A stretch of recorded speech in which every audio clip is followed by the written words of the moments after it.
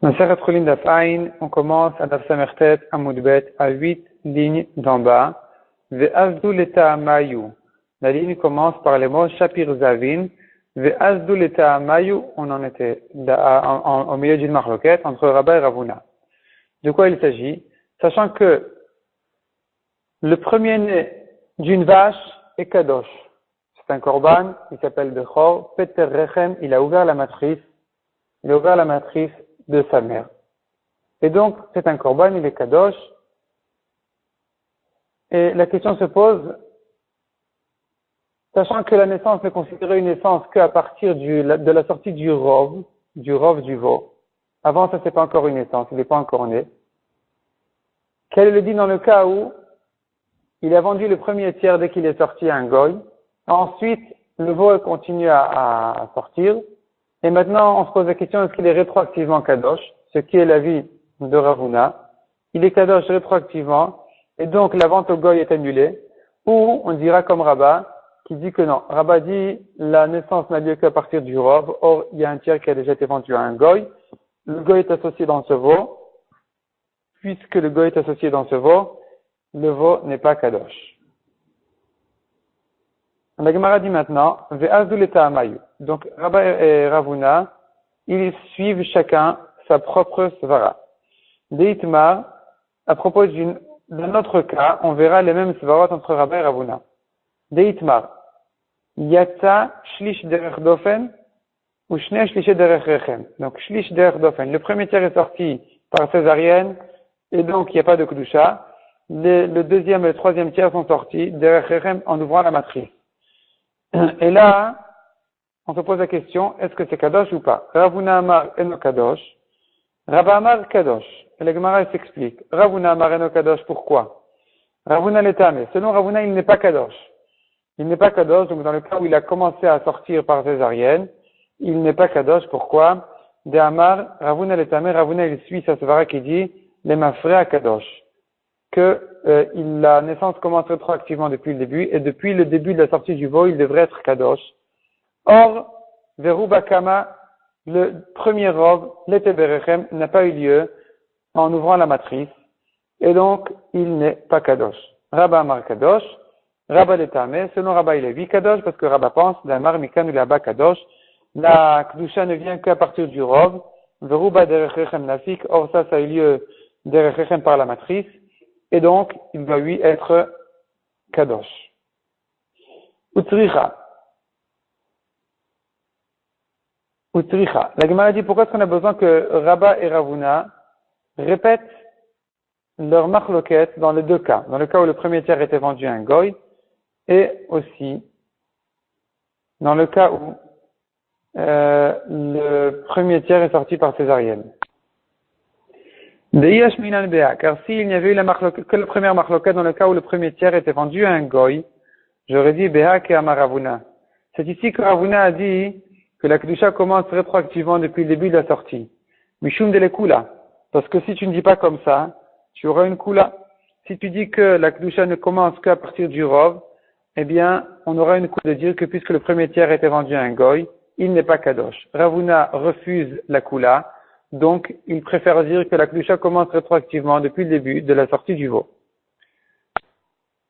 Aval Behach, mais dans le deuxième cas, où le début de la naissance a eu lieu par césarienne, et pas en ouvrant la matrice, de le Khumra, où là au contraire, si on dit que la Kedusha elle vient à partir du rov, ce sera une Khumra de dire que il est Kadosh, puisque ce n'est que le premier tiers qui est sorti par césarienne. Le reste est sorti correctement, Peterechem, il a ouvert la matrice. Et ma modèle est Rabba. J'aurais pu croire que ici Ravuna est d'accord avec Rabba de dire qu'il est kadosh, de dire que la Kedusha ne vient qu'à partir du rov. Deyeitmar beha. Et si, donc c'est pour ça que Ravuna a eu besoin de se répéter, pour dire qu'ici aussi, non, il n'est pas kadosh. Même, donc, Ravuna il maintient sa svara, même au prix d'une kula. Même au prix de la kula de dire que ce sera une raison de dire qu'il n'est pas kadosh. Vei itmar beha. Donc on commence le Daf Ain. Si on avait eu que la deuxième marloquette, j'aurais dit Beha Kama Rabba. C'est ici que Rabba a dit que Mikan Laba ou Kadosh, c'est qu'à partir du rov que la Kedusha vient, parce que ça amène ici une Khumra. ça fait que, puisque à partir du Rov, il est né par la matrice, donc il est 8 Kadosh. Aval Bea Ema Model Ravuna. Mais dans le premier cas, dans le cas où le premier tiers était vendu à un Goy, Ema, j'aurais dit, Model Ravuna. Il est d'accord avec Ravuna de dire qu'il faut dire que la Gdusha commence rétroactivement depuis le début de la sortie du veau, de manière à ce que on obtienne la Khumra, de dire qu'il est 8 Kadosh. C'est pour ça qu'on a eu besoin de la première marloquette aussi pour nous dire que dans tous les cas, Rabbah maintient sa svara. Donc, aussi bien pour la Kula que pour la Khumra, selon Rabbah, la Kedusha ne vient qu'à partir du Rov, selon Ravuna, elle commence depuis le début de la sortie du veau. Nan, la Gemara ramène sur cette marloquette notre Mishnah. On a vu dans la Mishnah, Ha-mevakeret. Ha-mevakeret est la vache qui a son premier-né.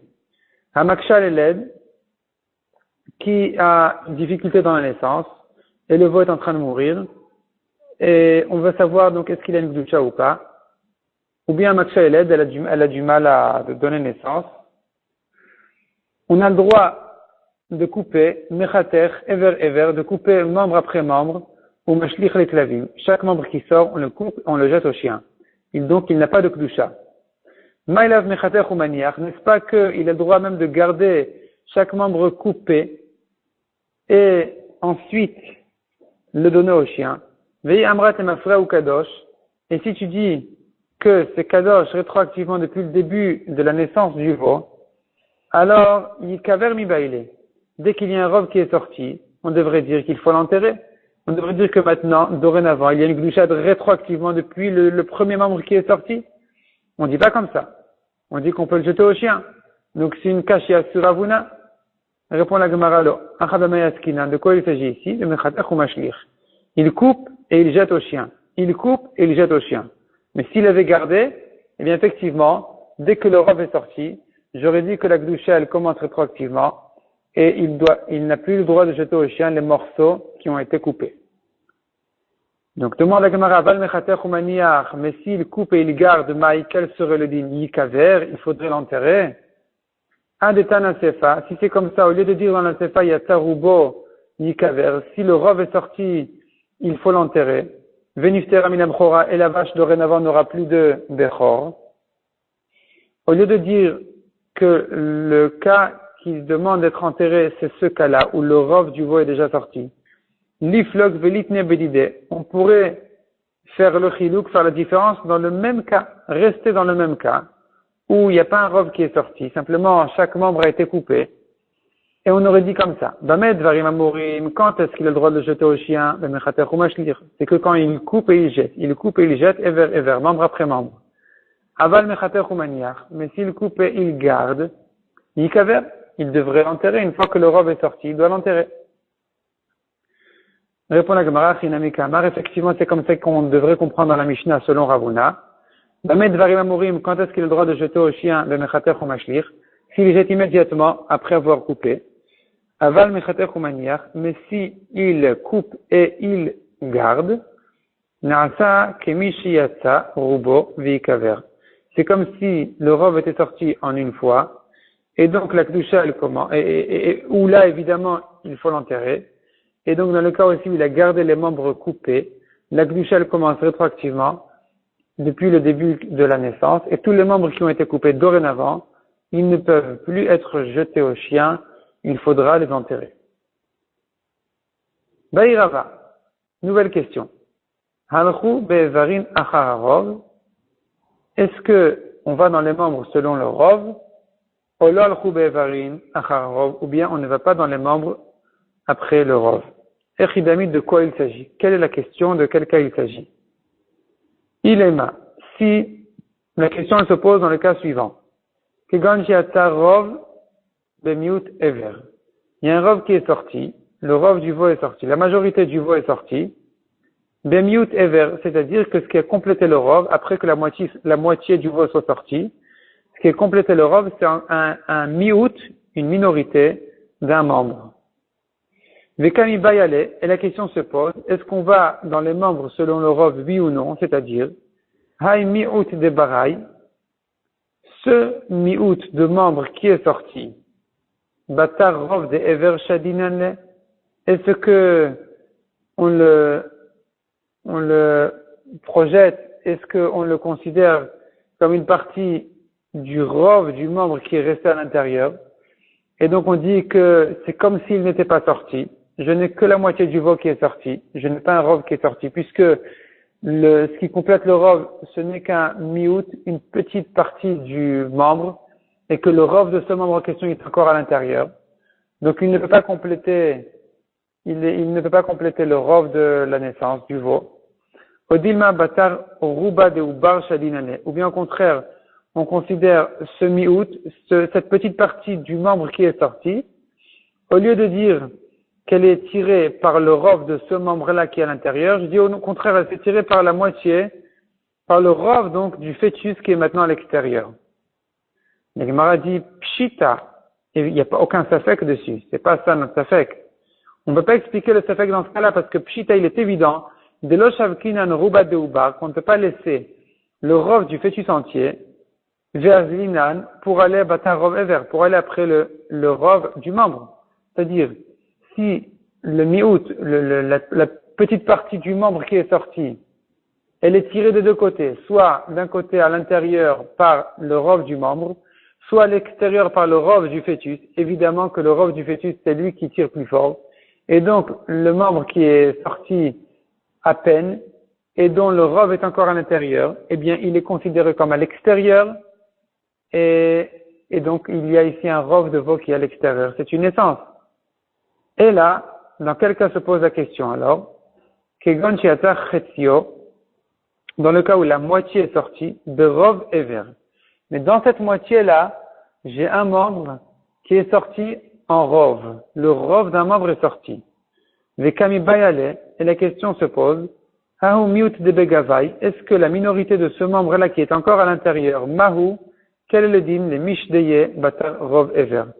De le considérer, le mishdeye de le tirer selon le rov du membre.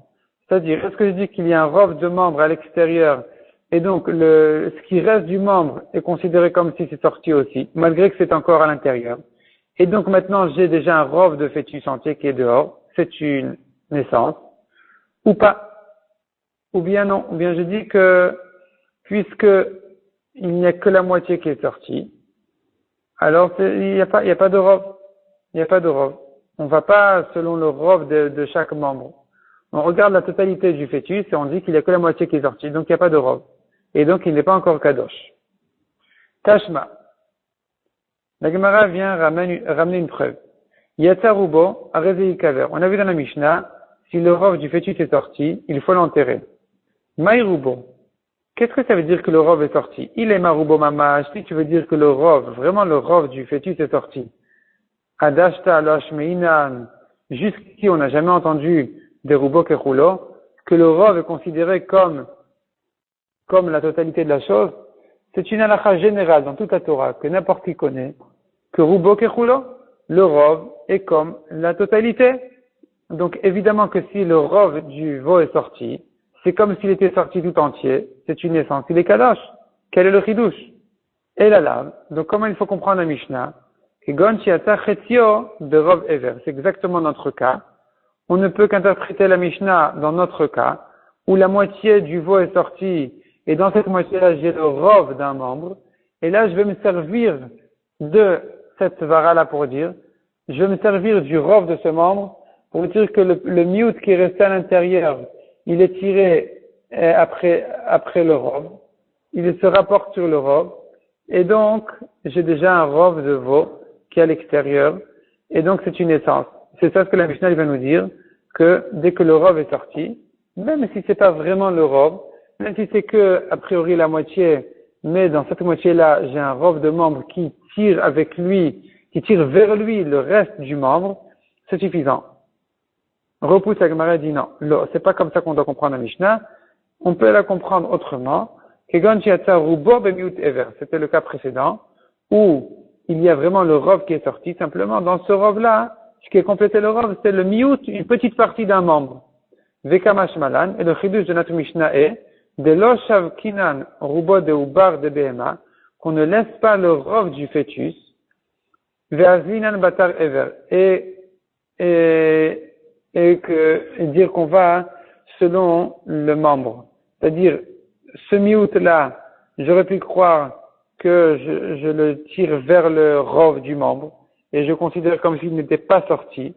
Kamash malade que non, on ne va pas selon le rov du membre, mais selon le rov du fœtus, et donc il est sorti. Puisqu'il est sorti, donc c'est une naissance, il y a ici un rov. Mais dans notre cas, on n'a pas de solution, on n'a pas de preuve de notre Mishnah, quel serait le din dans notre cas. Dans le cas où il y a la moitié qui est sortie, pas le rov, la moitié du veau qui est sorti, simplement dans cette moitié-là, j'ai le rov d'un membre.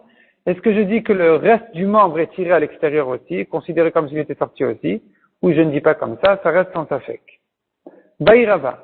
Et là, la Gemara ramène encore plusieurs sfekot à propos de la kedusha du Peterechem, donc du veau premier-né. Et les sfekot de la Gemara ici, elles se posent dans toutes sortes de manières de naissance du veau, où il n'a pas vraiment touché la matrice lorsqu'il est né. Kracho besiv, maou. S'il a enveloppé le fœtus de siv, siv c'est un certain produit qui sort du palmier. Et donc il a enveloppé le veau dans ce produit-là, et quand il est sorti, il n'a pas touché la matrice. Est-ce que c'est kadosh ou pas kadosh? Betalito maou, ou bien il a enveloppé dans son habit, Beshiliato maou, ou bien dans sa placenta. Demande à Gemara Beshiliato urcheu. Il n'y a pas de safek, évidemment que si il est sorti avec son placenta, que c'est kadosh. Parce que c'est sa manière, urcheu, c'est son habitude de sortir comme ça.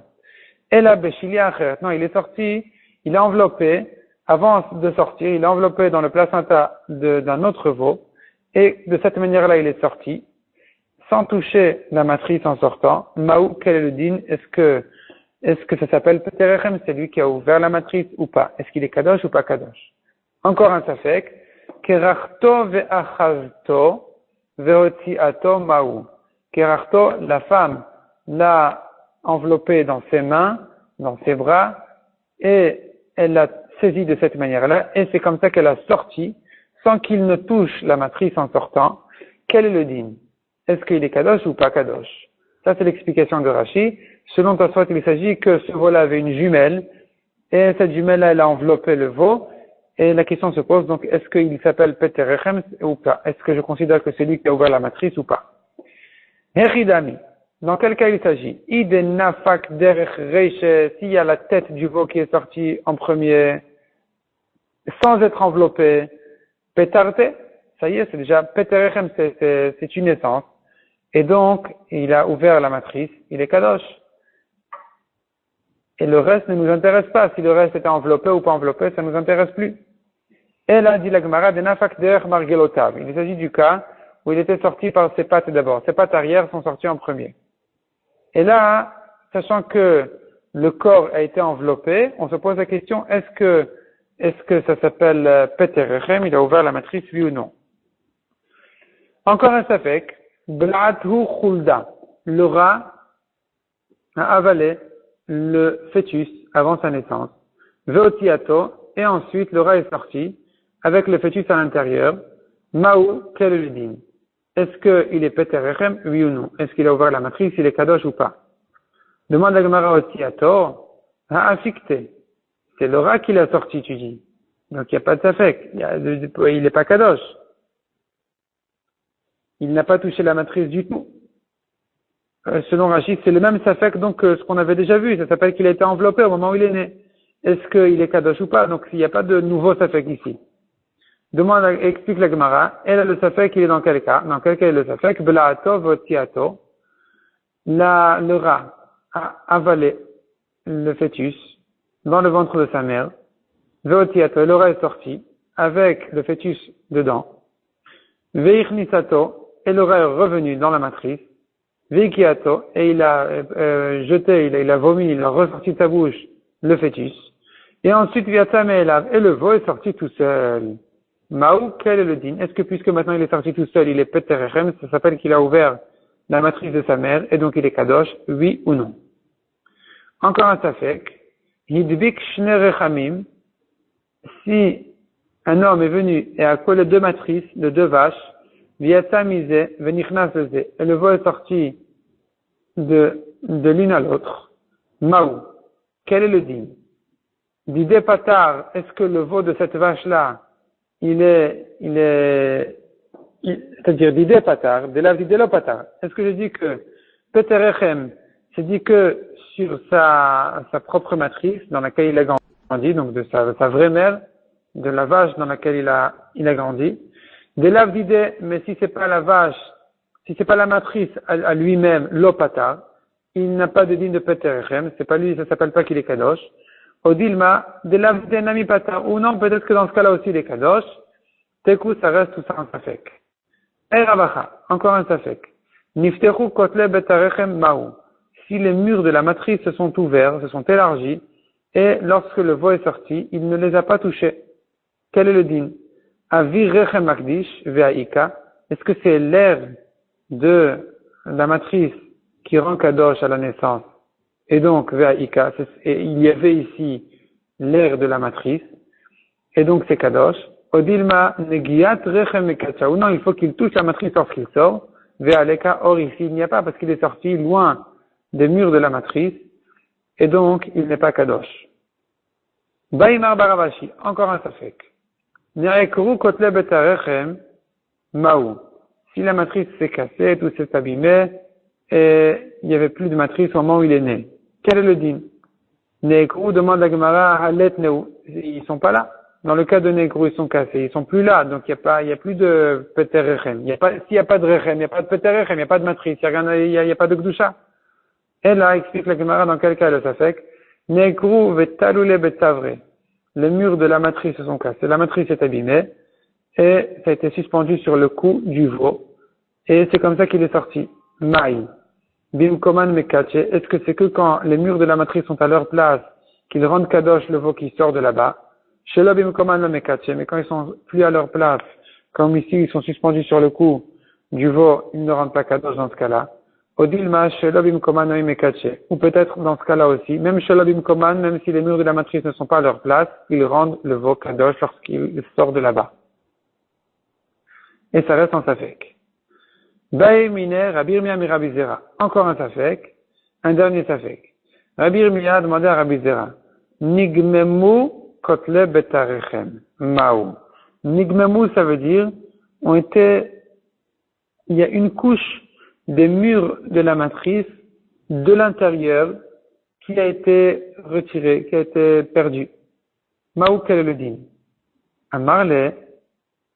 Donc ici, on se pose la question, est-ce qu'il faut que les parois intérieures de la matrice soient là au moment de la naissance ou pas?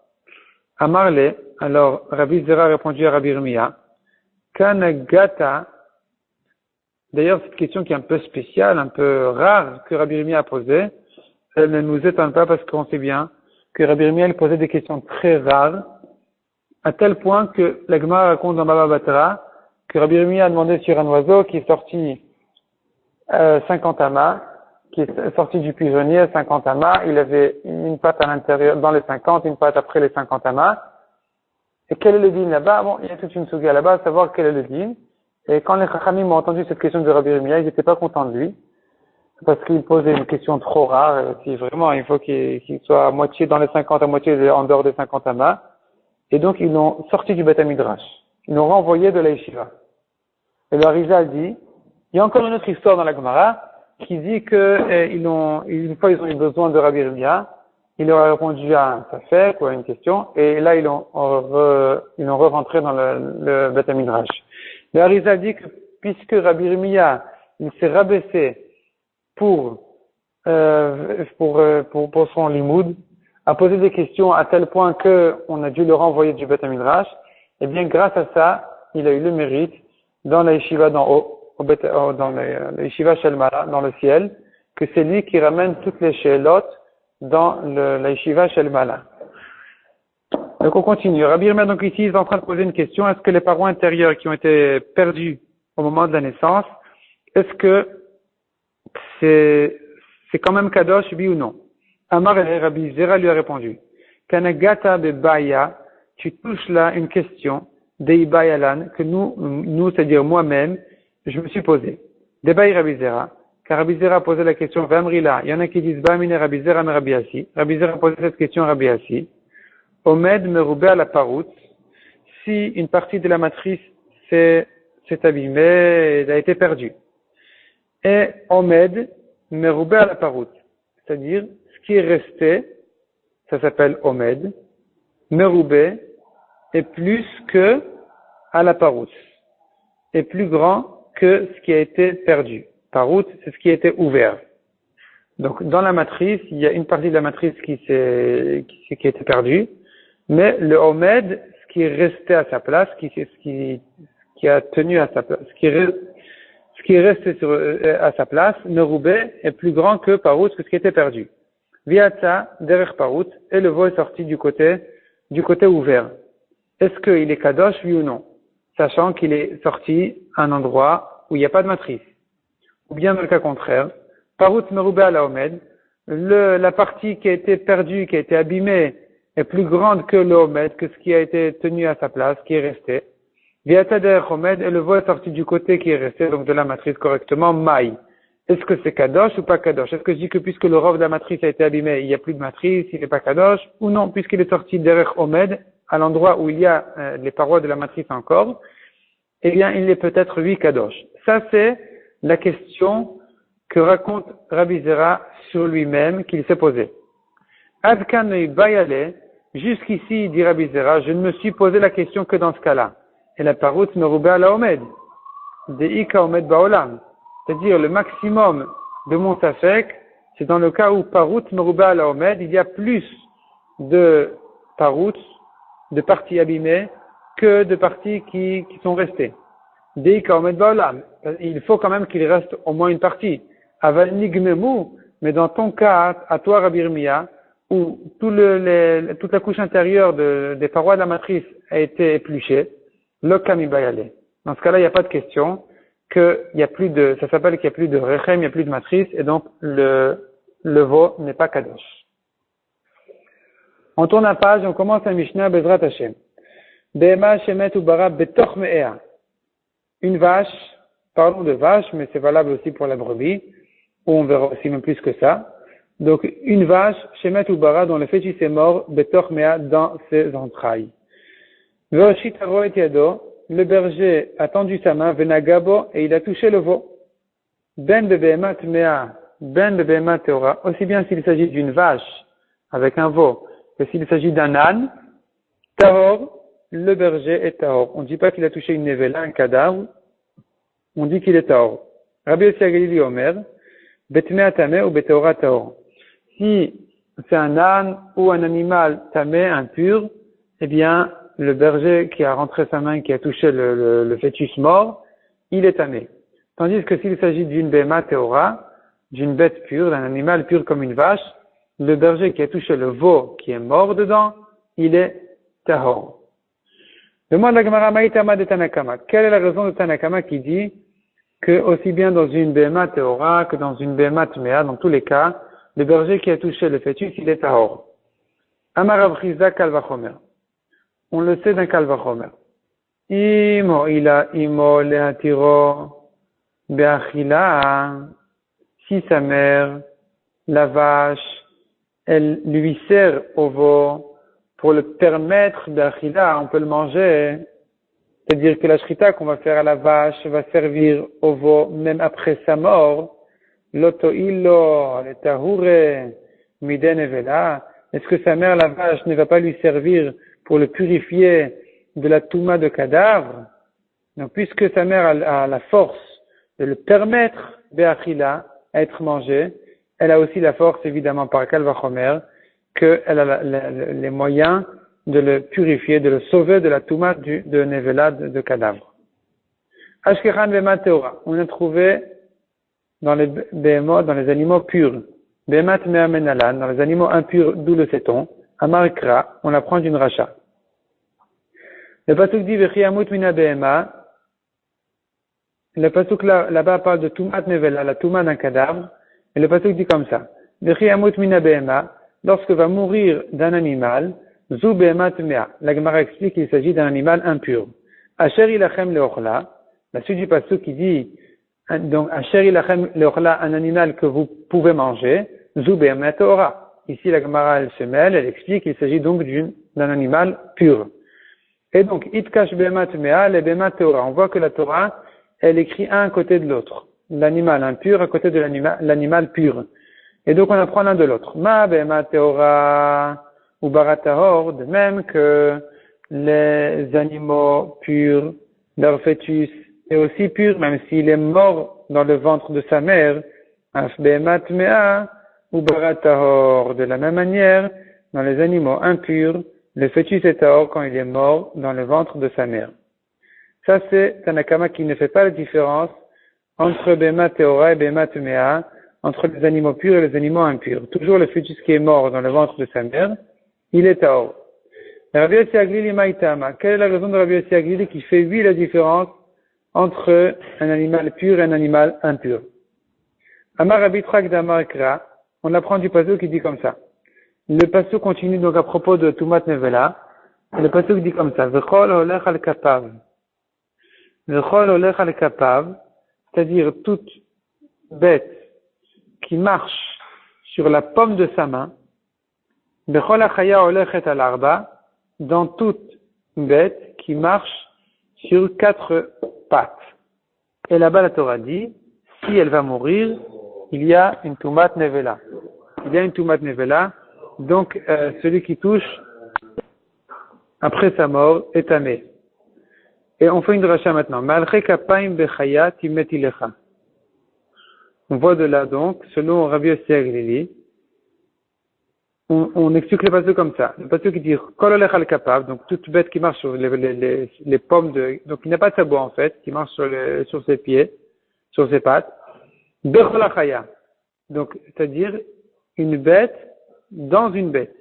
De qui il s'agit? Du fœtus. Me'alche kapaim bechaya, timet ilecha, un animal pas kasher, qui est donc me'alche kapaim, qui n'a pas de sabot fendu, bechaya qui se trouve dans un animal. Donc c'est le fœtus. Timet ilecha, je te dis qu'il est tamé dessus. Je te dis sur lui qu'il est tamé, après sa mort en tant que nevela, en tant que cadavre. Et là, Meata demande à Gemara si c'est comme ça qu'on fait la dracha. Alors on pourrait se poser plusieurs questions. Kalut bim epara, une vache qui a un veau kalut, qui n'a pas les sabots fendus, l'itamé, on devrait dire qu'il est huitamé. Pourquoi? De mehalche kapaim bechayahu. Car il n'a pas les sabots fendus. Il s'appelle donc Me'alche Kapaim. Il marche comme sur ses pommes, donc il n'a pas de sabots fendus. Bechaya, et il vit dans une vache. Et donc il devrait être tamé. Répond la Gemara, Me'alche Kapaim de Me'alche Arba. Quand est-ce que la Torah dit qu'il est tamé? C'est que si c'est un fœtus qui n'a pas de sabots fendus, qui est dans une mère qui a 4 sabots, et pas 8. C'est-à-dire, ces sabots ne sont pas fendus. Vehai, alors qu'ici, ce veau-là, c'est vrai que lui-même n'a pas les sabots fendus, mais sa mère, la vache, a 8 les sabots fendus. Donc il est me'alche arba, il a 4 sabots, mais me'alche shemone, dans sa mère qui en a 8. Et donc, la Torah ne parle pas de lui, il n'est pas concerné par cette touma. Parce qu'il est malché arba, malché shmonehu. Il a 4 sabots dans une mère qui en a 8, et donc il n'est pas concerné par la touma de ce pasouk. Demande à Gemara une nouvelle question. Para bim'e gamal, une sorte de vache, dans bim'e gamal, dans le chameau. Si le chameau a un fœtus, ou la chamelle a un fœtus sous forme de vache, l'autre est tamé. On devrait dire qu'elle n'est pas tamée. Pourquoi? De mehalche shmone, car ici le fœtus a 8 sabots, 4 sabots fendus, bemealche arba, dans le chameau qui en a que 4. Et donc, c'est pas concerné par le passage qui dit que c'est tamé, on devrait dire qu'il n'est pas tamé. Répond la Gemara, holech vechol holech, la Torah aurait dû dire holech al kapav, la Torah a ajouté un mot vechol holech al kapav, tout celui qui marche sur ses 4 pattes, les rabotes, ça vient inclure ce cas-là, para bim egamal, la vache qui est dans un animal pas kasher, c'est-à-dire une forme de vache qui est fœtus dans un animal pas kasher, elle aussi est concernée par la touma de ce pasouk. C'est-à-dire par la touma que dit ce pasouk dans le cas où le fœtus est mort. Kalut bim'ek luta, l'itame, nouvelle question, demande la Gemara. Si on a une vache qui n'a pas les sabots fendus, mais une vraie vache, elle est née comme ça, avec les sabots fermés. Elle est kshera parce que sa mère avait les sabots fendus. Maintenant, dans cette vache-là qui n'a pas les sabots fendus, il y a un fœtus qui lui aussi, comme sa mère, n'a pas les sabots fendus. Lui aussi est kasher. On devrait dire qu'il est tamé. Pourquoi? Des me'alche arba où il a 4 sabots. Dans une mère qui a 4 sabots, et la Torah dit dans ce cas-là, le fœtus est tamé. Répond la Gemara, Lehachi ahani kalva chomer de Rav Chizda. C'est pour ça qu'on a besoin, c'est à ça que servira le kalva chomer qu'a dit Rav Chizda au début de la Sugia ici, juste après la Mishnah.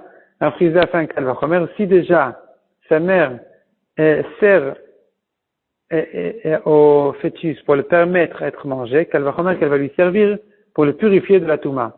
Donc ici, puisque la mère, elle est kshera, si on lui fait la shrita, le fœtus sera kasher, malgré que ni elle ni lui n'ont le sabot fendu, eh bien, kalva chomer qu'elle va lui servir pour le sauver de la touma. Et donc, effectivement, si il est mort dedans, il sera tahor. Tahor, c'est-à-dire, le berger qui l'a touché n'est pas tamé. Matrifla ravach devoy barami. Demande à Gemara encore une question. Chazir bim'e chazirta, lolitame. Le porc, le chazir, qui est dans sa mère, eh bien, il ne devrait pas être tamé. Pourquoi? Parce qu'il a les sabots fendus, et elle aussi. Des me'alche shmone, il a 8 sabots, donc 4 fendus, et elle aussi. Et donc, on devrait dire que dans ce cas-là, la Torah n'a pas dit qu'il est tamé, puisque la Torah dit olech al arba, c'est que s'il n'a que 4 sabots, qu'il est tamé. Et là, Rav Nachman bar Yitzchak me'acha. Donc, la Gemara dit, il faut faire une autre bracha, d'un autre passage complètement, d'une autre paracha complètement. La Torah dit dans Parashat Vayikra, Nefesh kitiga bechol tamé, un homme qui rentre au Beth Amikdash, alors qu'il a touché toute chose tamé, o benivlat chayat mea, ou bien le cadavre d'une bête, d'une chaya impure, o benivlat bemat mea, ou le cadavre d'une bema.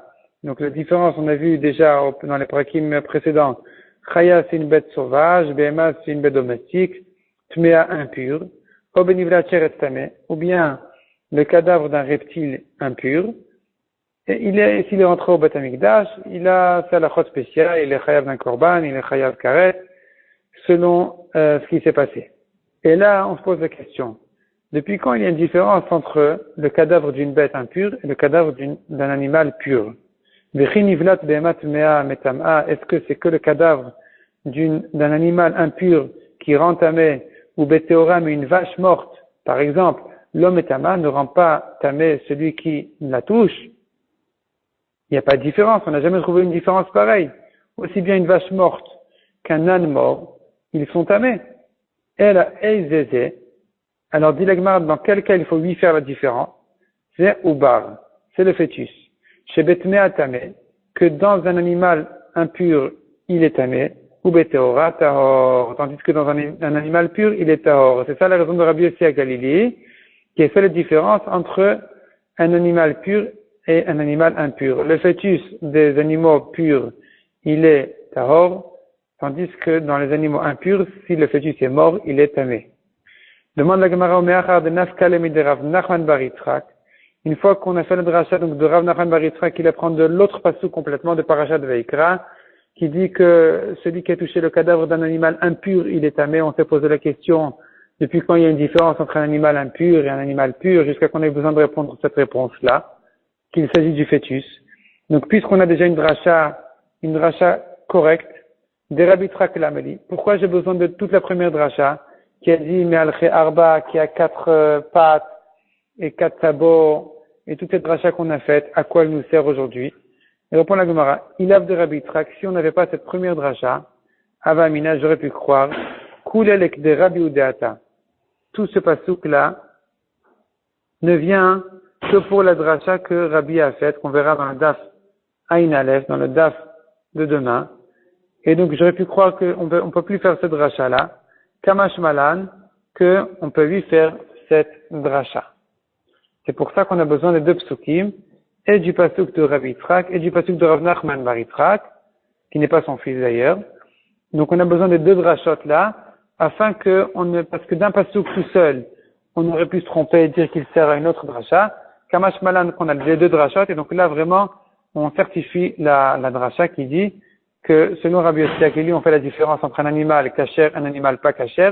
Le fœtus de l'animal kasher, s'il est mort, il est tahor. Dans l'animal pas kasher, il est tamé. C'est que dans l'animal kasher qu'on dit qu'il est tahor. On va s'arrêter là pour aujourd'hui. Kol Tov.